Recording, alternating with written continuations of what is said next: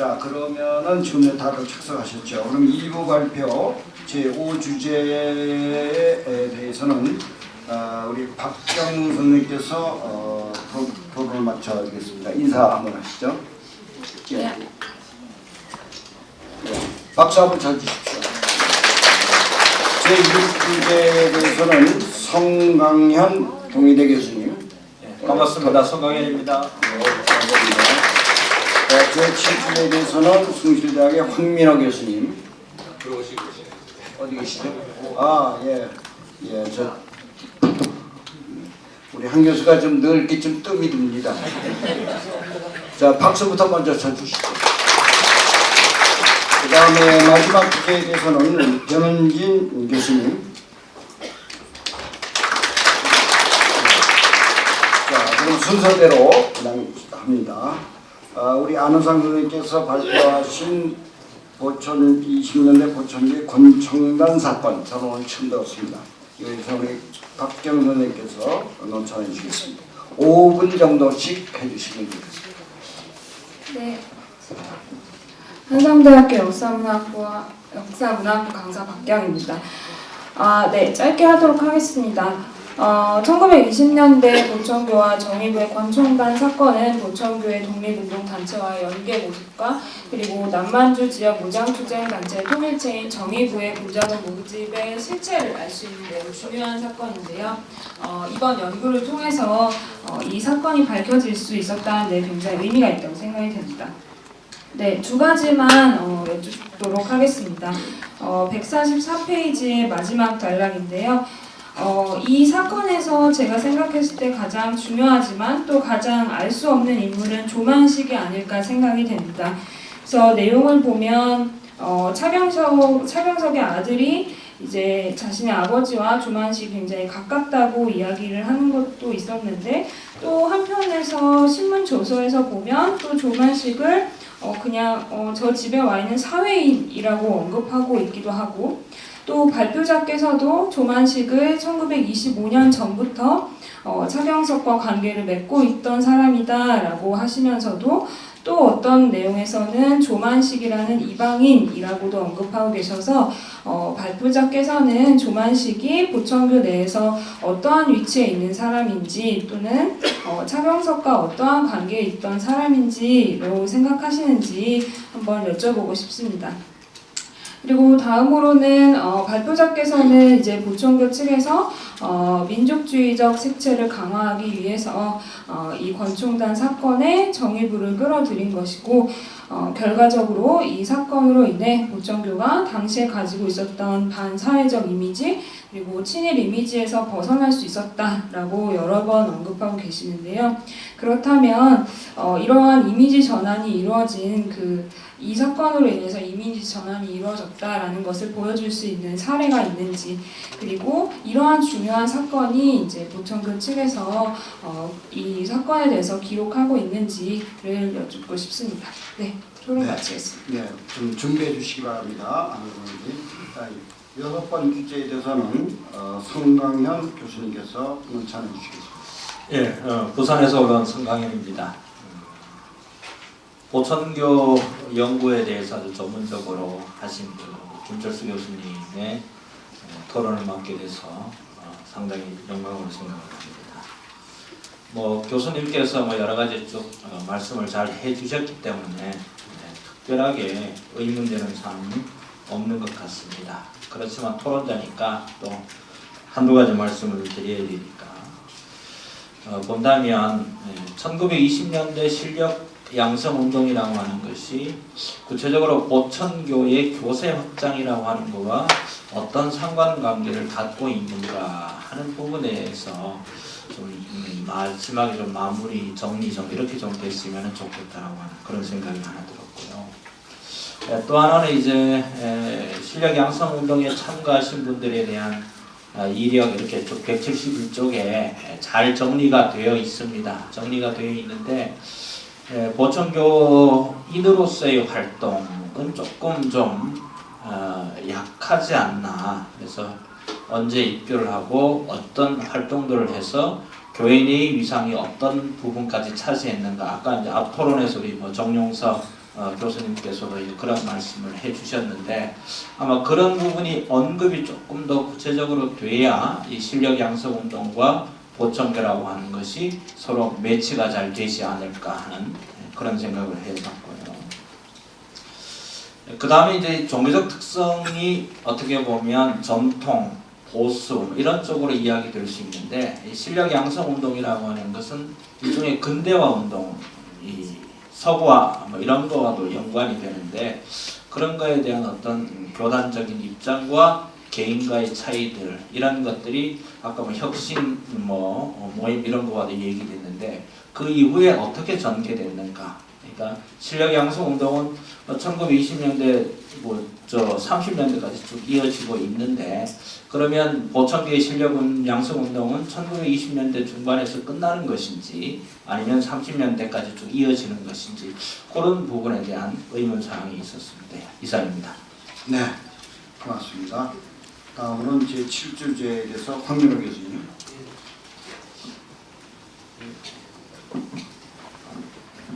예, 오늘 제가 진짜로 붕 뜨네요. 저도 한 두세 가지만 간단하게 질문하는 걸로 그렇게 하겠습니다. 조성원 선생님이 쓰신 논문은 신문 자료를 가지고 이걸 잘 정리를 하셨거든요. 신문에 있는 내용을 가지고 보청교의 양상을 설명하시는 건데요.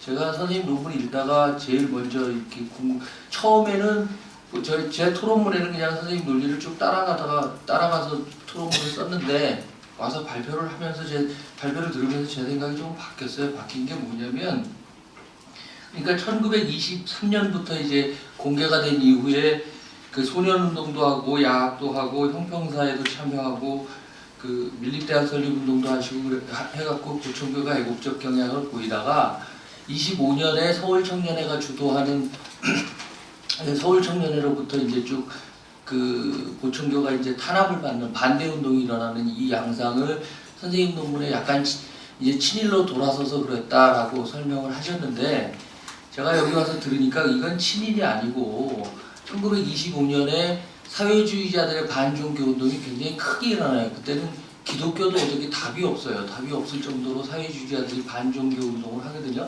그러니까 보청교에 대한 사회주의자들의 반종교 운동이 거셌기 때문에 그걸 보청교가 막느라고 조금 정신이 없었고, 그러니까 그 총독부 경무국장 단학가가 보청교가 사교가 아니라면 적극적으로 탄압하지 않겠다 이 말은 무슨 말이냐면 조선인들끼리 반종교 운동을 해갖고 사회주의자들하고 보청교가 싸우니까 단학가 입장에서 구경하고 있는 거예요. 누가 이기는지. 그래서 사실은 25년 제 생각에 25년에 시국대동단은 보청교의 여러 개의 계열 중에 오늘 논문 발표대로 본다면 계열 중에 일정한 다른 계열일 가능성이 있고 차경석 선생을 비롯해서 보청교의 핵심은 여전히 민족운동적 경향을 가졌을 가능성이 있어요. 그렇게 보고 그리고 나니까 이제 김정인 선생님 발표처럼 1930년대에 가서는 일본이 더 이상 기다릴 수 없으니까 보청교를 적극적으로 탄압하는 그림이 아닌가. 그래서 이 대동시국단이 친일이긴 맞는 보청교 중에 친일이 맞기는 한데 그 보청교를 우리가 좀 더 세분화해서 연구할 필요가 있는 거 아닌가 이런 생각이 들고 적어도 25년에 그 서울청년회를 중심으로 해서 뭐 간판 부시고 똥칠하고 이런 부분들은 친일의 문제가 아니라 이게 반종교 운동적 성격에서 다시 보완이 좀 되거나 다시 정리될 필요가 있는 거 아닌가 이런 생각이 들어서 그 토론문을 조금 고쳤습니다. 그래서 보청교에 대한 좀 세밀한 연구가 좀 있어야 되는 거 아닌가 그런 생각이 들었습니다. 그 다음에 또 그 연장선상에서 보면 비밀 결사였을 경우에 자금운동도 많이 하고 그랬는데 언론에 보면 그게 굉장히 부정적인 요소로 나타나서 독립운동을 한 건지 안 한 건지 잘 모르겠다. 이 말도 사실은 신흥종교 입장에서 보면 이게 당시의 수준에서 놓고 보면 그 냉수 떠놓고 열심히 기도하면 천국 간다 이 정도 돼야 그 신도들이 좀 모이는 경향이 있어요. 신종교가 대충 그런 부분이거든요. 그런 부분들을 지식인들의 입장에서 봤을 땐 이게 종교가 여전히 미신적이다라고 해서 언론이 그걸 부정적으로 부각하고 있는 걸 우리가 잘못 따라가고 있는 거 아닌가 그러니까 여전히 보충교는 오늘 얘기한 것처럼 독립운동과 그게 적극적이든 적극적이지 않든 그 자금 지원을 많이 했고 차경석이라는 분이 그런 걸 가지고 있었는데 이 1920년대라는 사회적 분위기 속에서 우리가 그런 부분들을 이제 어떻게 해명할 것인가라고 하는 그런 문제 제기를 저희가 좀 해보고 싶다는 생각이 급하게 들었어요. 여기서 그래서 네. 말씀드리는 겁니다. 그리고 그런 의미에서 보면 마지막으로 차경석과 그 고척교회 교리에 대한 연구를 아까 강혜경 선생님 말씀하셨지만 그런 것들을 좀 해봐야 고척교회에 대한 민족운동적 성격이 좀 더 분명한 거 아닐까 그런 생각이 들었습니다. 예, 이상입니다. 간단하게. 예, 간단하지만 아주 중요한 그 제기를 하셨습니다. 거기 하나 더 붙인다면은 보천교회 좀 종교적 특성으로 되어 있는데 20년대 사실 오늘 큰 주제로 보면은 종교적 특성보다는 그 운동사적인 그러니까 민족운동사라고 할까 독립운동사에서 갖는 보천교회가 1920년대 언론을 비친 뭐 그렇게 한번 다시 한번 논문을 쓰신다면은 그런 것도 한번 감안해 보십니다. 예. 자, 그럼 조금 기다렸다가 좀 답을 받기로 하고요. 이제 마지막으로 우리 오늘 아주 김정인 교수께서 떡 부러지게 이렇게 발표를 잘 해주셨는데 아마 우리 또 변은진 교수님도 떡 부러지게 아마 토론해 주시지 않을까 기대합니다. 예, 부탁합니다. 네, 안녕하세요. 저 변은진입니다. 저 이 부분을 잘 모르기 때문에 똑 부러지게 하긴 어렵고요. 또 제가 이거를 설명하려고 들면 잘 모르는 걸 설명하려고 들면 항상 시간이 길어지더라고요. 그래서 그냥 이 쓴 거를 읽는 게 더 빨리 끝나는 것 같습니다. 유일하게 지금 이 글이 1930년대를 오늘 학술회에서 다룬 것 같습니다. 그래서 이 김정인 선생님 발표문은 이 1930년대 이후에 조선 총독부의 신정 개발 운동 그리고 보천교를 중심으로 한 유사종교 탄압 정책을 살펴본 것입니다. 차별과 분리와 배제를 전제로 한 동아주의의 상징을 유사종교로 보고 그 정점에 보천교가 있다고 보고 그것을 통해서 그 실상을 검토한 논문이라고 할 수 있겠습니다. 1930년대 이후에 식민지 조선사회에서 이거는 1935년, 6년 이후에 강제 해산이 된 이후까지 포함해서 봐야 될 것 같습니다. 이 유사 종교가 갖는 중요성에 비해서 이 본격적인 연구가 많지 않은 그런 실정입니다. 그래서 이에 대한 본격적인 접근은 매우 의미가 있다고 생각합니다. 특히 보천교는 일제강점기 내내 이른바 유사 종교의 정점에 있었음에도 불구하고 30년대 이후의 변화상에 대해서는 거의 연구되지 않았습니다. 그래서인지는 몰라도 이 발표문에서도 심정개발운동에 대한 기존 연구 성과는 반영되어 있는데 이 보천교에 대한 30년대 이후의 변화상에 대한 연구 성과는 전혀 거론된 논문이 없습니다. 혹시 이제 있다면 조금 보충 설명을 부탁드리고요. 그 다음에 이제 두 번째 거는 사실은 이제 아까 설명을 발표하실 때 조금 해소가 조금 됐습니다. 1930년대 일제당국의 그 심정개발운동이라는 것하고 유사종교의 탄압이라는 것이 얼마나 밀접하게 연결되어 있었는가 그 관계가 잘 드러나진 않았습니다. 이 글에서는.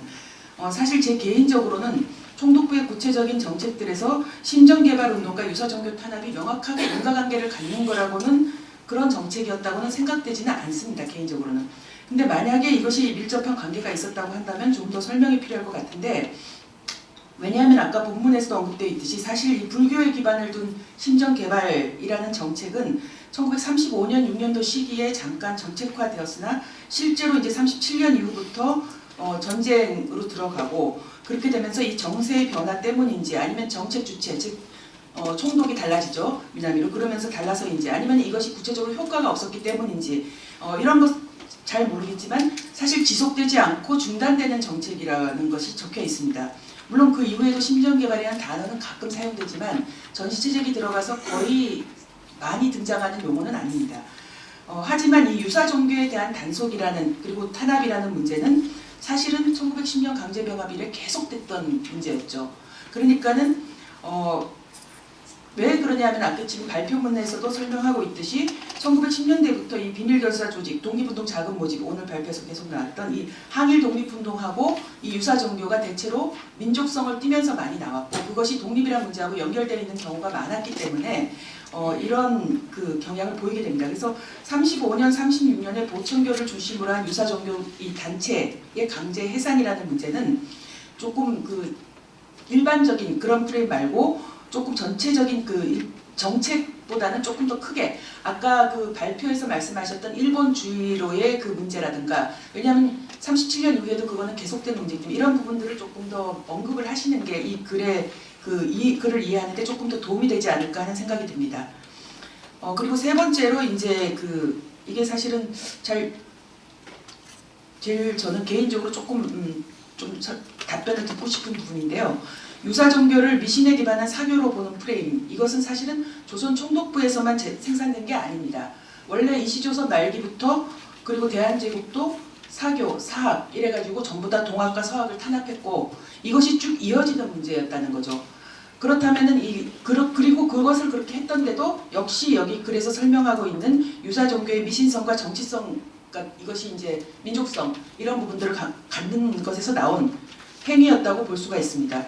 그래서 일제 당국의 유사 종교 탄압을 설명하기 위해서는 이 공권력을 동원한 신종교 탄압이라는 측면 외에도 그 당시의 시대적 상황과 필요에서 비롯된 측면을 더 강조해야 되지 않을까 하는 생각도 듭니다. 왜냐하면 아까 본문에서 나왔던 오모토교 사건 같은 것도 사실상 이 오모토교가 이제 만민평등, 반전, 반제 뭐 이런 평화 이런 문제들을 주창했기 때문에 그런 시대적 배경하고 맞물려서 나왔죠. 그렇기 때문에 조선에서도 그러한 일반화된 어떤 그런 상황하고 같이 맞물려서 설명을 좀 할 필요가 있지 않을까 이런 생각이 좀 듭니다. 그 다음에 네 번째 부분은 211쪽에 나와 있는 부분인데요. 이건 잠깐 서술상에 오류가 있던 게 아닌가 싶어서 그냥 넘어가겠습니다. 그리고 다섯 번째 이 부분은 이것도 역시 아까 말씀드렸던 이 신전 개발에 대한 건데 제 개인적으로 일본주의라든가 아까 설명하신 부분에서 많이 해소가 됐습니다. 그래서 그렇게 조금 보충 설명을 해주시면은 나중에 글을 쓰실 때 이게 논문으로 나올 때는 훨씬 더 도움이 잘 정리가 되지 않을까 하는 생각이 듭니다. 여섯 번째 역시 마찬가지입니다. 그리고 마지막 부분 일곱 번째를 말씀드리겠습니다. 강제 해산이 된 1935년 6년 이후에 이 보천교도의 변화라는 게 이제 여기 나오듯이 탈교, 잠복, 불교도로의 전환 뭐 이런 것들 외에도 이제 37년 7월 중일전쟁 이후에 총독부가 그 지하화라는 것을 우려했듯이 실제로 비밀결사로 재현되는 모습이 상당히 많이 보입니다. 특히나 이제 그 중에서 가장 명확하게 조선 독립을 목표로 내걸고 했던 조선 건국당이나 신인동맹 같은 것은 보천교에 기반을 두고 있다고 알려져 있죠. 그래서 이런 경우를 염두에 두면서 1910년 오늘 주제인 보천교와 민족운동이라는 것, 그러니까 1910년대부터 등장하는 군자군 모집, 1910년대 말부터 그 부분하고 또 아까 시궁대동단의 차경석이 참여하면서 그 이후에 보천교도들이 상당히 많이 분화가 되면서 이제 종교가 혁신운동 같은 게 일어나고 이런 맥락들 그리고 1930년대 차경석이 죽고 나서 이제 보천교가 전쟁 시기에 보천교의 변화상 이런 부분들을 같이 여러 맥락 속에서 언급해야 이게 보천교의 민족운동이라는 것이 조금 더 명확하게 드러나지 않을까라는 생각이 들고 그리고 이제 이 시대적 상황 속에서 특히나 이 37년 전쟁 시기 같은 경우에는 아까 발표자께서 말씀하셨던 천도교나 이제 이런 경우에도 전면적으로 유사종교 탄압으로 들어가기 때문에 유사종교의 범주로 불교, 기독교 정도를 제외하면 전부 다 유사종교로 파악하고 있습니다.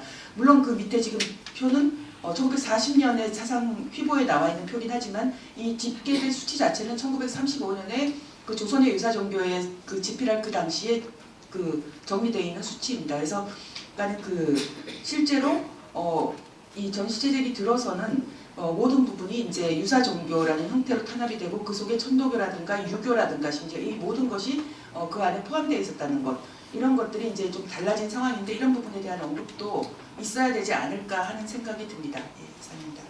예, 고맙습니다. 자, 이렇게 해서 네 분의 또 이 논술자의 논술을 들었습니다. 아마 오늘 발표자께서 하실 얘기가 참 많으시는데 한 3분 정도, 5분을 짧게 남기면 안 됩니다. 제가 마이크 끄겠습니다. 사회자의 제일 해야 할 사명이 시간을 지키는 것이기 때문에. 그런데 이제 마지막으로 우리 총괄 토론자 있죠. 죄송합니다. 이게 이렇게 안 적혀 있어가지고 참 우리 조선일보 대기자로 계신 우리 이성민 기자님이 오늘 총괄 토론자로 특별 출연을 하셨습니다. 자, 그러면 우리 이성민 기자님의 총괄 논평을 하나 듣도록 그렇게 하겠습니다. 네, 방금 소개받은 조선일보 이성민입니다. 저는 사실은 여기 저를 빼는 오늘 단상에 10분이 올라온 저를 빼고는 전부 이제 다 연구자들이시고 다 이제 그 전문적으로 가상연구를 하시는데 저만 이제 그 유일하게 이제 비연구자로서 이 자리에 섰습니다.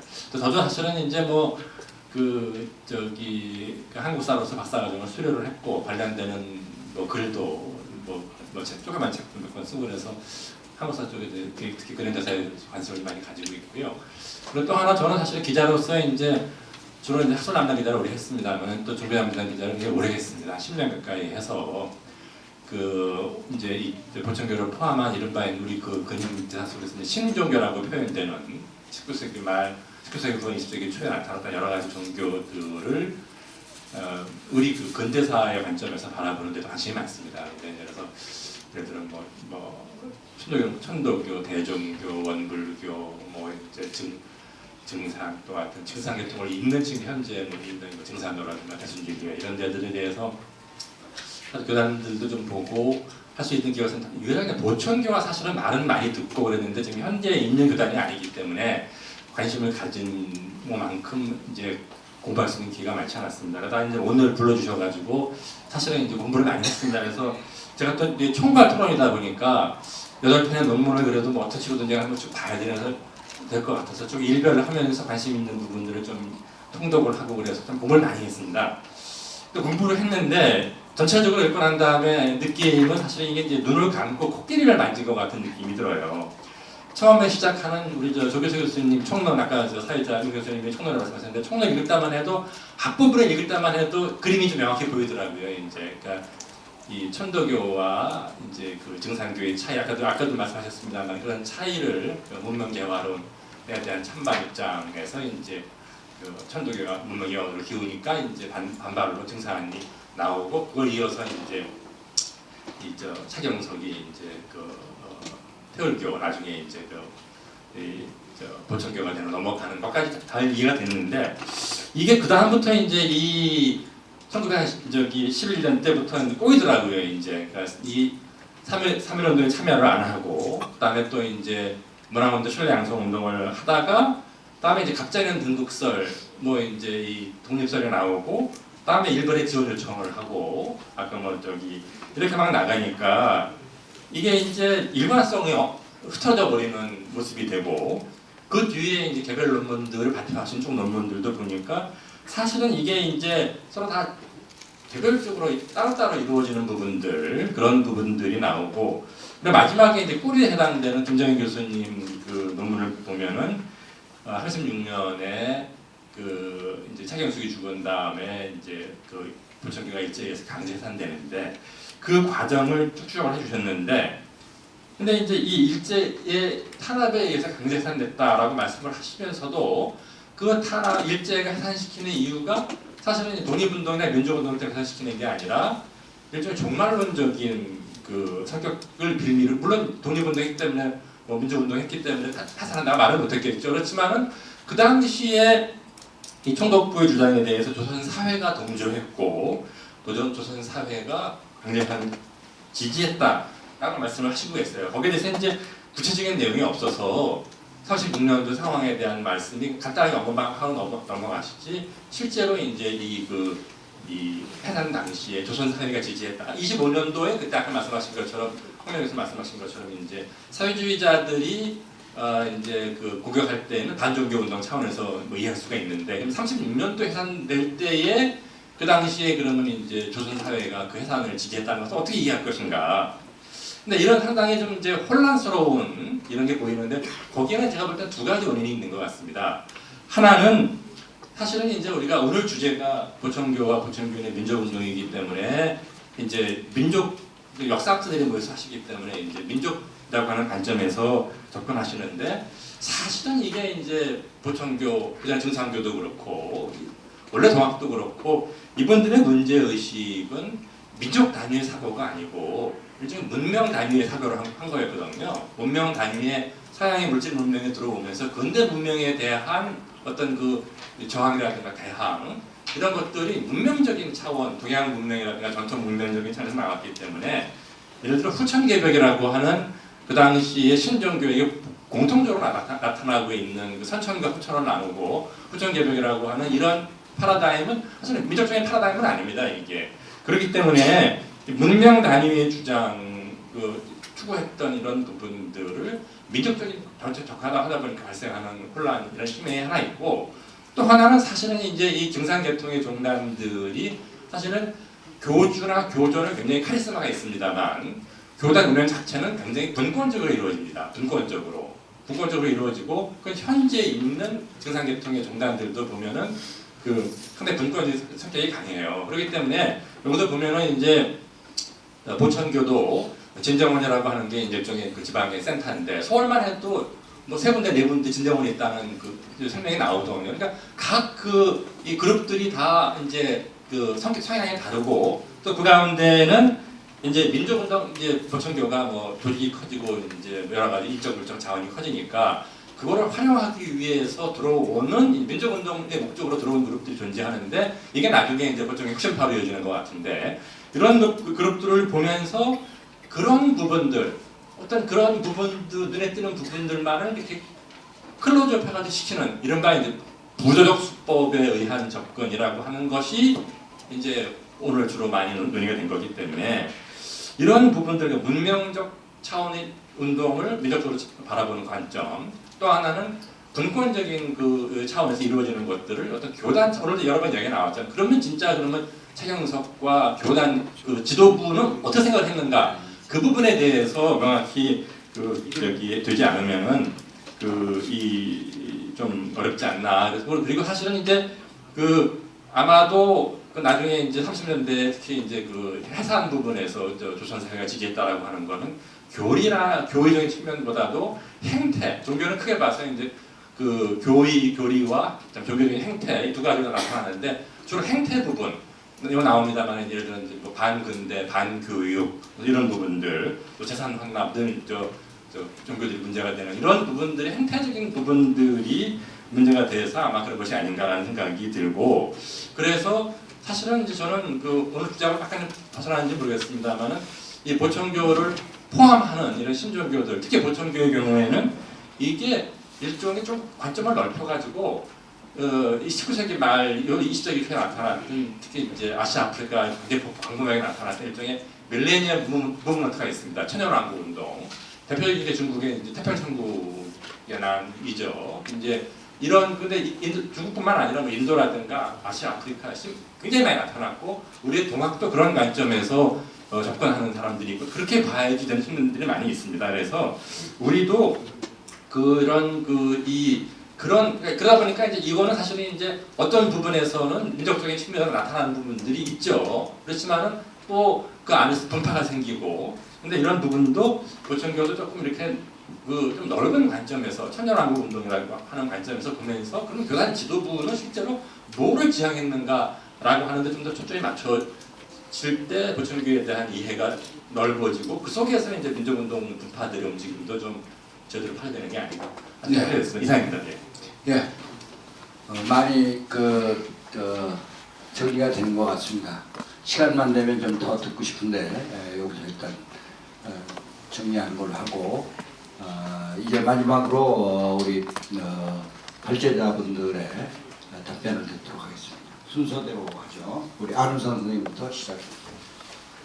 먼저 조만식과 부천교 관계인데 일단은 1925년에는 조만식과 보천교 또는 차울곡과의 관계가 있었습니다. 그리고 29년에도 조만식이 보천교 교직을 맡았다는 그런 근거 자료로 삼을 만한 그런 잡지가 있었고요. 그러나 이제 25년 이전입니다. 이전에는 저는 두 가지 내용을 가지고 저는 조심스럽게 25년 이전에도 차울곡과 관계가 있었다라고 생각하는데 하나는 보천교인이 당시 25년에 경찰에 신문을 받았을 때 조만식 스스로 말하기를 보천교에 기여한 지는 상당히 오래되었다 하더라라고 진술을 합니다. 또 하나는 차울곡 선생의 이남이 구술한 것입니다. 조만식은 서대문 형무소에 풀려난 이후에 교본소에 1년 동안 있다가 상해로 갔으며 이런 내용인데요. 그러면 왜 이 신문조서 내용이 이렇게 뒤집박죽으로 되어 있느냐? 첫째는 저는 차울곡의 이중성이라고 봅니다. 그리고 두 번째는 이제 그 조직의 연원제인데요. 연원제는 비밀을 이제 중요하게 여길 수밖에 없었던 그 시대 상황에서 정조직 형태를 유지하다 보니까 서로 간에 조만식의 존재를 몰랐을 수도 있다라고 생각합니다. 또 하나 두 번째 토론문인데요. 보천교 권총단 사건 이후 어떤 보천교단 내에 어떤 대정안이 이루어졌느냐 하는데 사실 보천교는 25년에 성전 건축을 시작합니다만은 한때 중단이 되다가 26년에 이걸 완공을 합니다. 근데 당시 큰 돈이 들어가는데 그 시선금이 들어오지 않으면은 이 성전 건축을 할 수가 없었습니다. 그런데 권총단 사건 이후에 말하자면 민심이 회복됐고 따라서 시선금이 들어왔다. 그래서 중앙본부 건설이 완공되었다. 저는 이렇게 생각을 합니다. 또 하나는 이러한 중요한 기록들을 왜 교단에서는 기록하지 않았느냐라고 하는데 사실은 아까 말씀하셨듯이 아까 총괄토론자가 말씀하셨듯이 보천교는 대한민국 임시정부에도 돈 5만 원을 보냈습니다. 이것은 보천교회로부터 돈 5만 원을 받아가지고 건넨 사람이 구슬한 거예요. 임기로 하는 사람이 구슬한 겁니다. 그 다음에 김자진 관련 서류도요. 공문서도 한 공문서는 2만 앵이라고 되어 있고요. 한 공문서는 5만 원이라고 되어 있습니다. 그렇다면 이 돈을 대략 객관적인 어떤 근거 자료로 추산을 한다면 12만 원 정도 되는데요. 당시 일제강점기의 군수 월급이 40원이었다고 합니다. 그럼 연봉이 500원이에요. 그리고 500원인데 5만 원이 되면 100배입니다. 그러면 요즘 군수 월급이 1억이라고 칩시다. 그럼 100배면 100억입니다. 적어도 한 200억 정도는 독립운동 자금으로 보내셨다라고 생각한다면 과연 지금 시대에 친북세력에게 200억이 어디 저벌기업에서 전달됐다고 한다면 그게 탄로났다고 한다면 난리 나겠죠. 비밀은 굉장히 최우선적으로 이렇게 생각을 했을 거고요. 그러나 이런 내용들이 보천교 관련 보천교 교단 측 자료에는 하나도 나오지 않습니다. 그러면 왜 이 기록을 하지 않았느냐? 저는 첫째는 당시 보천교가 타락을 받고 있는 상황에서 독립운동 관련 기록을 남긴다는 것은 굉장히 위험했을 거라고 판단을 했을 것입니다. 두 번째는 강증산이 예언한 후천성경 신정부 건설운동에 집중했던 보천교가 한국 독립운동가들과의 관계를 그다지 중요하게 여기지 않았을 가능성이 있습니다. 이상입니다. 네, 고맙습니다. 다음 주제에 대해서는 김철수님. 예, 좋은 지적을 해주신 성강현 교수님께 우선 감사 말씀드리고 사실 지적하신 부분이 보천교의 민족운동사를 밝히는 데 있어 가지고 상당히 중요하고 핵심적인 질문입니다. 그런데 이제 제가 거기에 대해서 말씀드릴 수 있는 것은 거의 없습니다. 왜냐하면은 이게 자료 문제이기 때문입니다. 아직까지도 사실 이 보천교에 대한 자료가 사실 완전하지 않습니다. 앞에서도 누군가 말씀하셨듯이 최근에 와가지고 이제 어느 정도 정리가 되고 있기 때문에 그래도 이제 이 정도라도 연구가 나온 게 아닌가라는 생각이 듭니다. 그리고 사실 작년부터는 정읍시에서 지원을 해주셔가지고 지금 안우상 선생님하고 김재영 선생님하고 지금 자료집을 올해까지 계속적으로 발간을 지금 하고 있습니다. 작년에 2권 나왔고 올해도 아마 2권 계속 나올 겁니다. 아마 그 내용에는 전부 다 오늘 발표하신 내용들이 저는 다 들어있을 거라고 생각이 되고 다만 이제 오늘 이제 지적하신 부분을 보면 20년대 교세 확장하고 실력의 학성운동의 관계 분명히 상관성은 있지만 아직까지 이걸 밝힐 수 있는 자료는 없습니다. 추정만 가능하고 그 다음에 또 매우 중요한 게 사실 이게 실력 양성운동에 참여한 인물들의 입교 연을 입교 동기, 주요 활동과 직책. 예, 이것도 매우 중요한 거 아닙니다. 근데 사실 지금 현재 밝힐 수 있는 거는 예를 들어서 보광사라든가 보광이라든가 보천교 임역사라든가 각종 경전 그리고 이제 해방 이후에 출간된 자료들을 통해서 몇몇 사람들만 이제 확인이 가능하지 이 상세한 내용은 사실 이것도 역시 밝히기가 지금 어려운 상황입니다. 그리고 마지막 부분의 부분은 조금 오해가 있는데 보청교의 실력 양성 운동에 참여는 교단적 차원이 아닌 개인적 성향이나 역량에서 기인했다. 요거는 뭐 아까 제가 말씀을 드렸습니다만은 개인적 성향이나 역량에서 참여한 것은 아닙니다. 요거는 그 실력 양성 운동의 전국적인 차원에 참여한 경우입니다. 그 몇몇 사람은 분명히 개인적 성향이나 역량이 있고요. 그 다음에 또 그분들은 그 뒤에 제가 정리를 했습니다만은 전부 다 이제 그 경성 진정원의 2, 3호를 따르는 그 사람들입니다. 사실 그게 이제 결국은 보청교가 본소와 이제 이 경성 진정원의 혁신 계열 간에 이제 나중에 갈등이 이루어지고 그 갈등을 조금 이해하시면 아마 될 듯합니다. 그게 결국은 이제 제가 앞에서 말씀드렸던 뭐냐면은 이 사회운동과 이게 종교운동이라는 게 이게 종교적 이념과 그 사회운동의 이념이 맞아 들어갈 때 사실 물산장려운동은 맞아 들어갔습니다. 맞아 들어갔기 때문에 어떻게 본다면은 보청교에서 먼저 실시했다라고도 볼 수 있습니다. 그런데 이제 예를 들어서 교육과 같은 경우는 이 근대 교육과 관련된 경우는 보청교 이념과 맞지 않습니다. 그 증산의 이념하고도 맞지 않고 월복의 이념하고도 맞지 않습니다. 그랬을 때 이걸 우리가 어떻게 해석해야 될 거냐 하는 게 상당히 좀 문제가 됩니다. 그래서 지금 질의해 주신 탈퇴한 이후의 실력 양성 운동에 대한 교단 측 입장, 사실은 이미 이때는 이 혁신계 보천교인들이 1924년 시대일보 사건을 거치고 25년에 들어가면서 거의 다 이제 그 탈교가 됐습니다. 출교가 되어버렸기 때문에 이때는 교단 차원에서 활동을 하기가 어려운 상황이었습니다. 이상으로 마치겠습니다. 예, 고맙습니다. 시간을 충분히 드리지 못해 죄송합니다.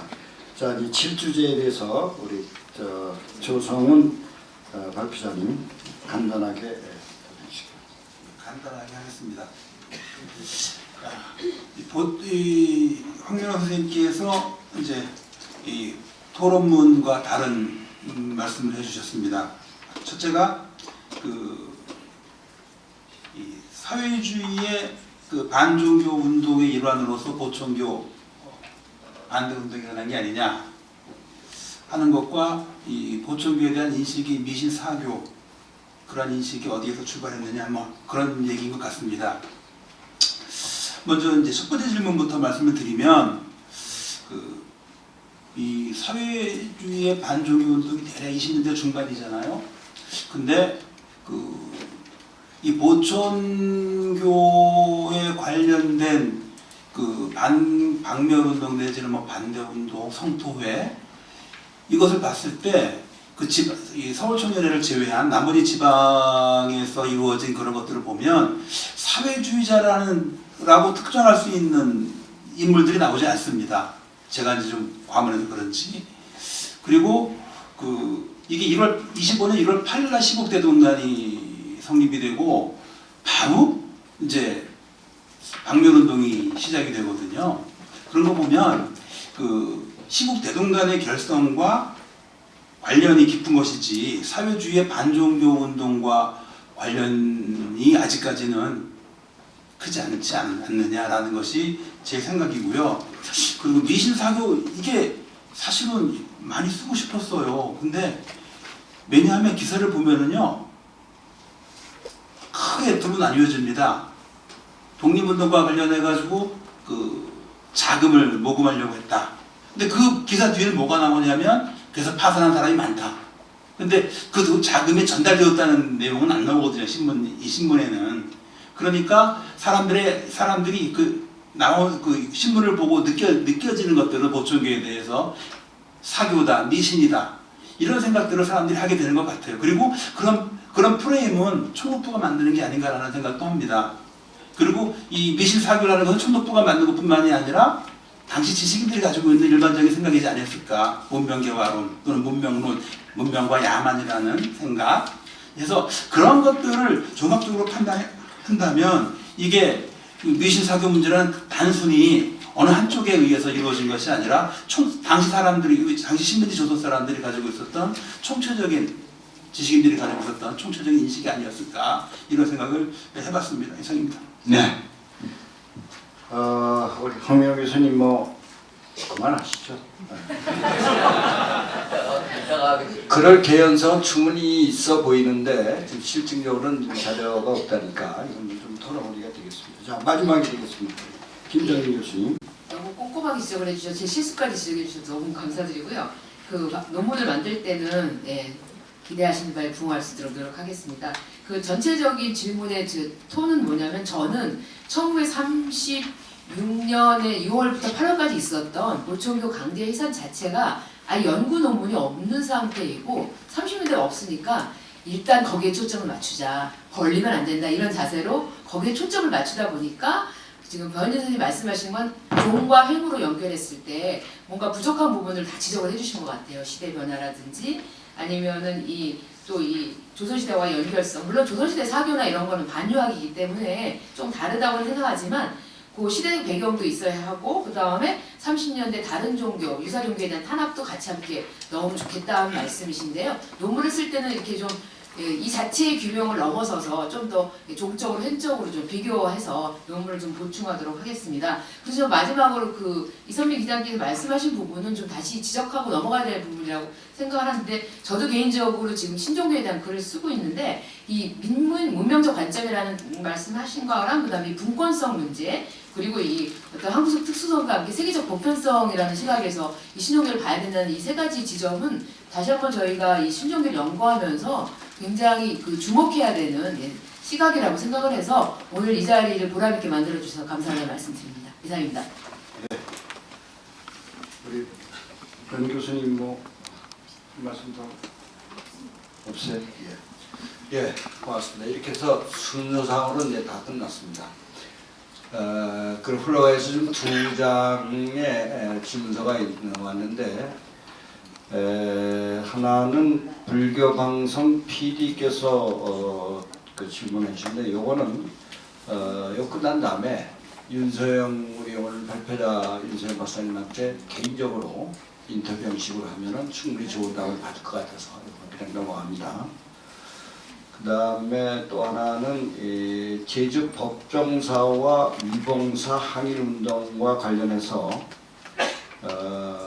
이 승려 얘기, 태을교 얘기 뭐 이런 얘기인데 이것도 종교 문제이기 때문에 오늘은 이제 물론 그 보천교라고 하는 종교 문제를 다루고 있고 우리가 민족 종교라고도 하고 비밀교사 단체라고도 하고 또 유사 종교라고도 하지만은 이런 문제는 여기서 이렇게 종교 문제를 얘기를 하면 끝이 없을 것 같아요. 그래서 이것도 오늘 주제에서는 조금 벗어나는 질문인 것 같아서 그냥 넘어가도록 하겠습니다.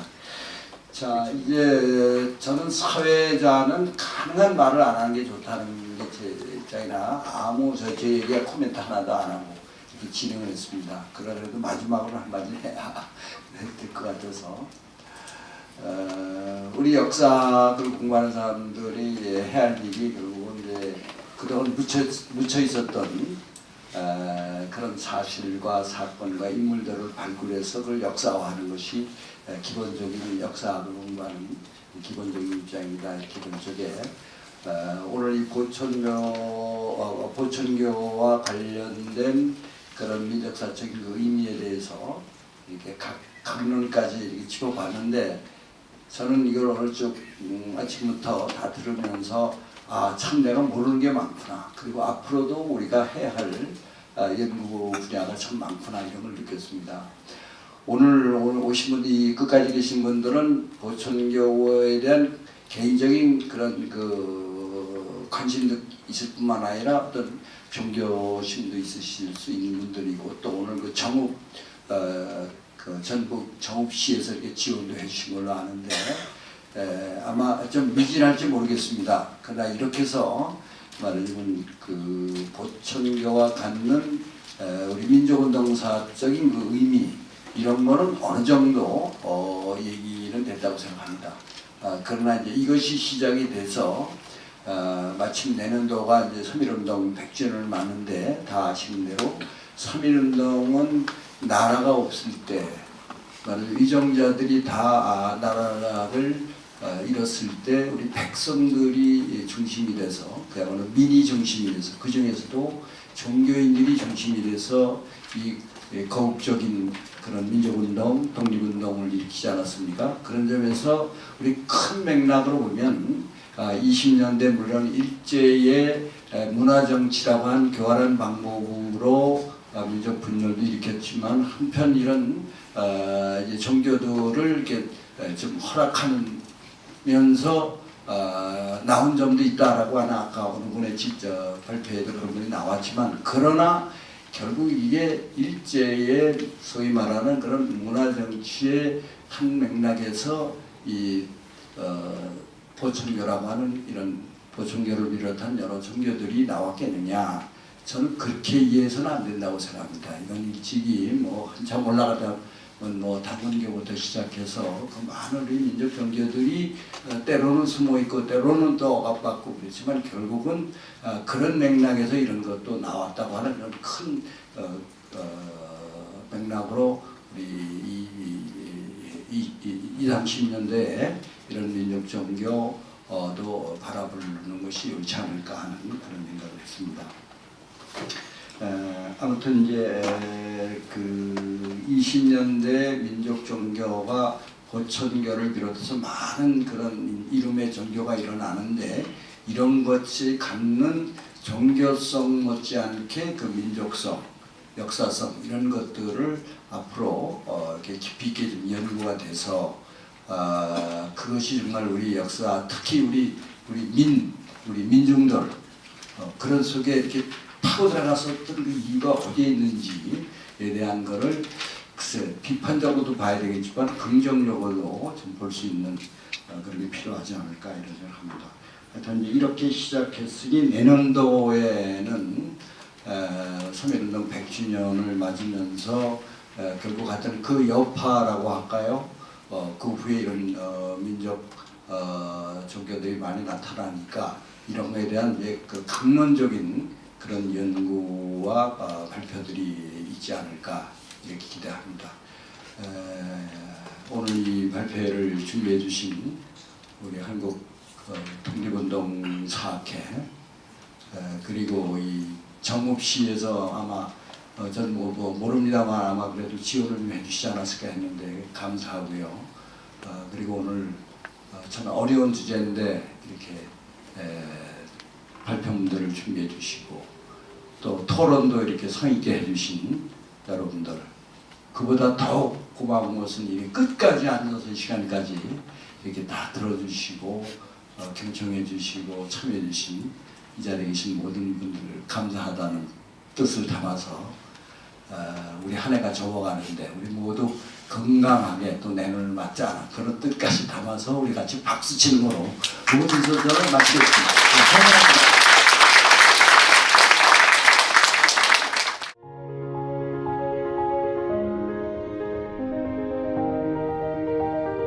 Thank you.